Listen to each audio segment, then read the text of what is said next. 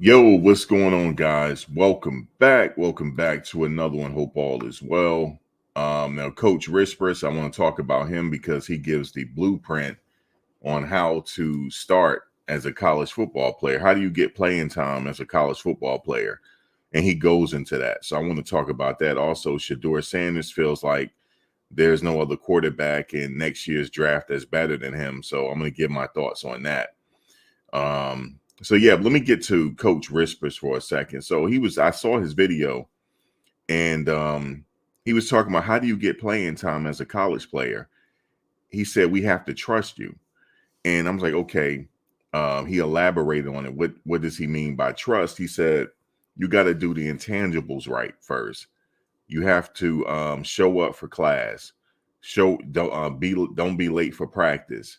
You know, film study, study hall. You on time for everything. You're doing everything right. He said that's how you build trust, and that's how a player will get the start over somebody that's um, more talented than they are. And why am I bringing this up? And I'm glad that Coach Rispress brought this up because a lot of people seem to think that Trevor Woods is not going to see any playing time. And I beg you differ on that because what did Coach Prime say last year? He said, Trevor doing everything right, isn't he? Isn't he doing everything right on this field? That's how you get playing time. And it's I know it's a popularity contest with certain people with certain players, but you never really know who's actually going to start until that first game, really. And I have given my thoughts on who I think should start, but really at the end of the day, I'm not privy to those practices. And you remember last year, I would say, how come what such and such not playing? How come this player is not playing? Well, we don't know the inner workings of the team, and I have to really check myself on that this year because I don't know the inner workings of the team. And there's a lot of factors and variables that go into someone getting playing time. And you might say, why is this person getting playing time? He's not really better than the other person. Well, the other person is doing everything right. He's not giving he's not giving the team any kind of problems. And I had talked about one player last year, and he does have talent at his position. He has talent, and he's probably one of the fastest on the team. He didn't see much playing time. There had to be something. There had to be a reason other than his talent why he wasn't getting playing time. And they're not going to come out and say it, but I know Coach Prime said that this year he will come out and say it. He's not gonna he's not gonna take the fall for anybody this year, but I have to remember that. So when Coach Rispress was talking about ways that a player is going to see that field, and I have to say, you know what? Whoever's on the field come August 31st, I'm okay with that. Because again, I don't have any personal knowledge of any of the inner workings of the team. And let's say if I did, I still wouldn't talk about it because it still wouldn't be my place to say, okay, this is the reason why this player is not starting. It's still not my place to talk about it, right? Unless I get the green light to talk about it. So really, at the end of the day, you really don't know why a player is really not starting. It's just Coach Risper said it's on trust first. Can you show up to the meetings on time, the practice on time? Are you putting in enough film study? Are you doing good in your classes? Everything is a factor here in getting playing time over someone that's more talented than you. Because he said it, think about it. Everybody is good at their respective high schools. He said, how do you get the edge? He said, who do you think I'm going to go with? He said, he said, take two players, one that has a little bit more talent than the other, right? But the one that has the most talent, let's say he's giving the team problems and different things like that. But the other player that has less talent, he's doing everything right. He said, who do you think I'm going to go with? He's going to go with the other person. Unfortunately, he wants to go with the other person that's more talented, but you got to put in the work and you got to do all the little things right. And I agree with him on it. I'm glad he made this video. And one thing I like about Coach Rispress, I'm going to add his link to the description. In my description, I have a list of players and everyone that has social media pages. I'm going to add Coach Rispress as well because He's like a daily vlogger, and I like that. So I'm gonna add his YouTube to the list. So you go to my video description, you will find Coach Rispress YouTube page there because he's back active. So yeah, man, what do you guys think about that? Because I remember we were talking about Trevor Woods. He's not going to start over this person. You don't know that. He could be doing everything right. He might know the playbook like nobody's business, and he very well might see that playing field, over someone that's a little bit more talented. Now, you would think that you would have the most talented people out there, but here's the thing. If they're not doing the little things right, they're going to go out there and get a bunch of penalties maybe. You might be opening yourself up to a bunch of penalties and different things like that. So I agree with what Coach is saying, man. Coach has been around the game a long time, so he knows. He knows, and I'm glad he said this because it educates me on how coaches select players. Like why is this person starting over this person? Well, Coach Rispress, if you watch his video, he explains it. And Coach Prime had mentioned it before too, that he got to be able to trust you. He said, I got to be able to trust you if I'm going to put you on that field. And I'm like, okay. And then he explained it again, just like what Coach Prime is saying. Let me get into, but I think overall, man, so shout out to Coach Rispress, man. I think the team here is doing really well in their practices and things like that. They're working pretty hard, but hey, man, it's going to come down to all the intangibles. It's going to come down to the little things. That's what I'm trying to say. It's going to come down to the little things. Can you do that right? And can you be the most consistent at it? As opposed to everybody on this team. Like if I was, I'm just saying I played football, but there's levels to it, right? I played football in high school. This is a different level. This is Power 5. So we know this. So my knowledge goes, not really my knowledge for the game, but my experience there's a plateau. So I remember when, we were doing the same thing, different drills and different things. And we really had to put that muscle in it.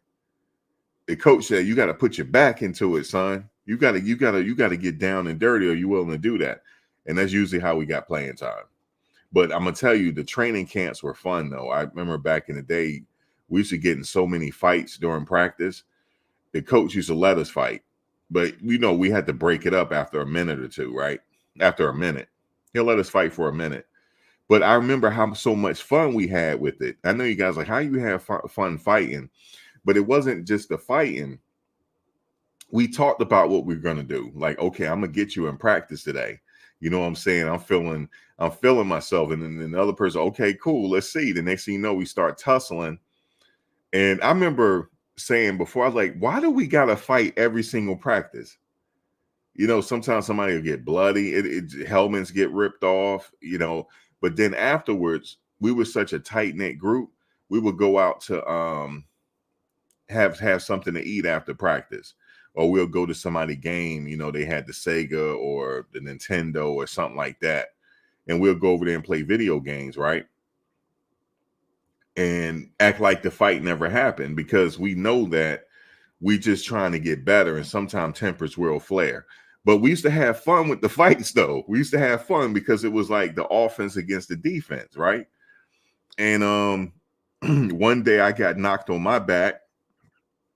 It was like kind of a blind hit, though. I must say it was a sucker punch. And he like, boop, like his palm went right across my, he said he tried to hit my shoulder pad, but it hit the side and I went down. So then I said, okay. I said, the next practice, you're not getting no sacks on the quarterback. You're not getting anything. I was a tight end. I said, you're not getting past me, man. And then I knocked him on his back. And then, he's like, all right, good stuff, man. You knocked me on my back. You got me back. And that's how we got playing time. And it was just fun. And we just, we weren't really that good, though. Like as far as the season is concerned, wasn't that really that good. But we had fun doing it. So I see the same thing with this team. They're really competing really hard. People really are competing for playing time and different things like that. So it's going to be some tempers flare every now and then, but Iron sharpens iron, steel sharpens steel, folks. That's just how you got to do it. Who else? What else I have here on the agenda? Shedeur Sanders on the 2024 NFL draft class. I don't see a quarterback that's better than me. Now, that might come off a little cocky. You say you don't see a quarterback better than him, but in order to play at that level, you got to feel like you're the man. That's what people tell me. You got to feel like you're the man, and why not? And why not me, right? So Shedeur Sanders may have decided to stay at Colorado another year, but he has the utmost confidence in himself playing at the next level. Sanders joined his father, Dion, at the University of Colorado last season. Okay, we know that. The Buffalo, of course, they got to put this in there. The Buffaloes won their first 3 games, but that streak was short-lived. They lost 7 of their final 8 games, okay? Despite the rough ending, Shedeur showed his talent is legitimate and put himself in the conversation for the NFL draft's first round and maybe even the top 5. Sanders says he would go pretty early in this year's draft. He said, "I'm biased, but I don't see a quarterback that's better than me." Sanders told Sports Illustrated Friday, "I don't see a quarterback that went through as much as adversity as me and had 4 offensive coordinators in 4 years." That's right. He did have 4 offensive coordinators in the years he was there. He right. Because I'm going back to Jackson State for a minute too. That's some high self-praise considering Caleb Williams has been the odds on number 1 pick for a long time now. Drake May, Jaden Daniels, Michael Penix Jr., Bo Nix, and J.J. McCarthy could also be top 10 picks as well. Now, as far as the people that they announced, Caleb Williams, Jaden Daniels, Michael Penix, Bo Nix, J.J. McCarthy, Drake May. I have Shedeur somewhere on that list as well. I have him there on that list. So it just depends, man. I honestly believe his stock in the draft. Now, you guys correct me if I'm wrong on this. His stock on the draft, is that going to depend on the season? Y'all let me know that, because let's say I'm just giving you some scenarios here. I'm not saying it's going to happen, but let's say, you guys tell me if I'm wrong, though. I don't know. So y'all got to let me know with this.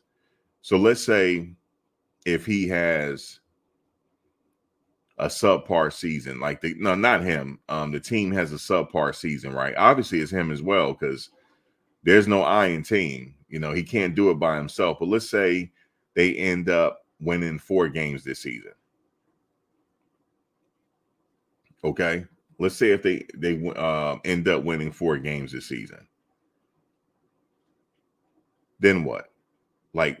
Will his draft stock go down, or it depends on how he's doing the combines and other different things? What do you guys think?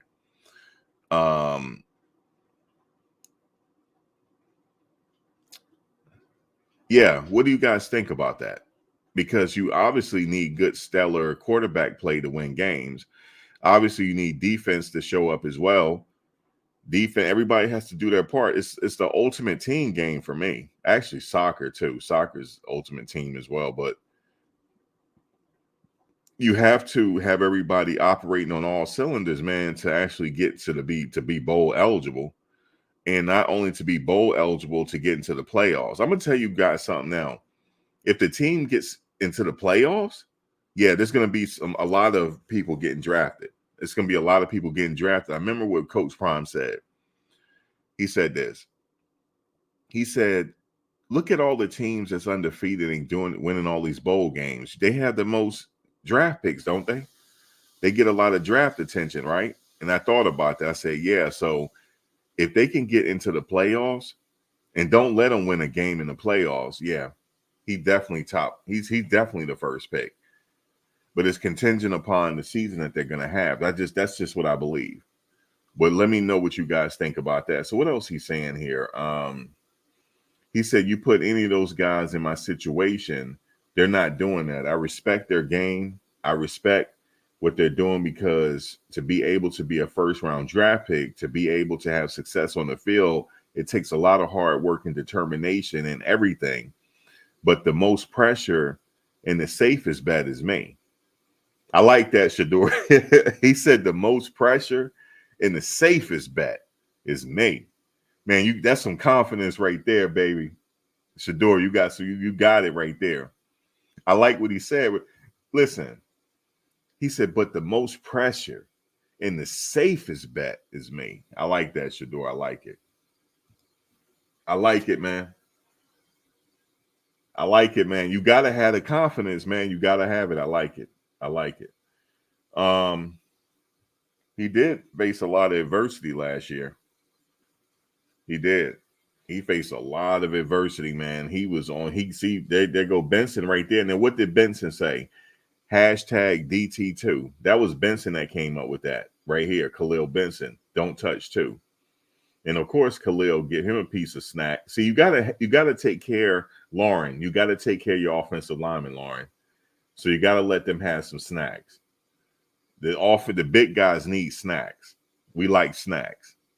All right. So then they go Cash Cleveland in the background. I see Cash back there getting himself nice and acquainted. Is that him? I know that might be what's his name. Shout out. Let me see what Travis got them Deons right there. Let me see. Let's look at him, Travis. Okay, Travis got his copy. Hey, anybody at the school, can you hook a brother up? I wear a size 13. Can I get a copy of those Deons, man? I'm just putting it out there, man. Like, y'all hook a brother up, man. Like, can I get a copy of those Deons, man? You know what I'm saying? Look at this right here. This is when Shedeur, man, was young, man. It's like when they had their reality show. And now look at him now. It's crazy, man, how he built these boys up. But anyway, shout out to Bucky, man. Bucky was the one that really put all this together, man, through the lens of his camera. It was through the lens of Bucky's camera where all this is happening, where all of the interest and everything is going into this team. It's through Bucky's camera, man. I have to say that. It's through Bucky's camera. But anyway, guys, thank you for watching. Please subscribe and let me know what you think about Coach Rispress and what he had to say. But thank you for listening. I'll try to be back later on tonight. I have another live chat over at the other channel, so we got some things going on over there, getting ready for a case. But yeah, I'll come back late night. We'll see. But shout out to y'all. Please subscribe. Please give us a like. That'll be greatly appreciated. And also, give us a like. All right, guys. I'll see you next video. Peace.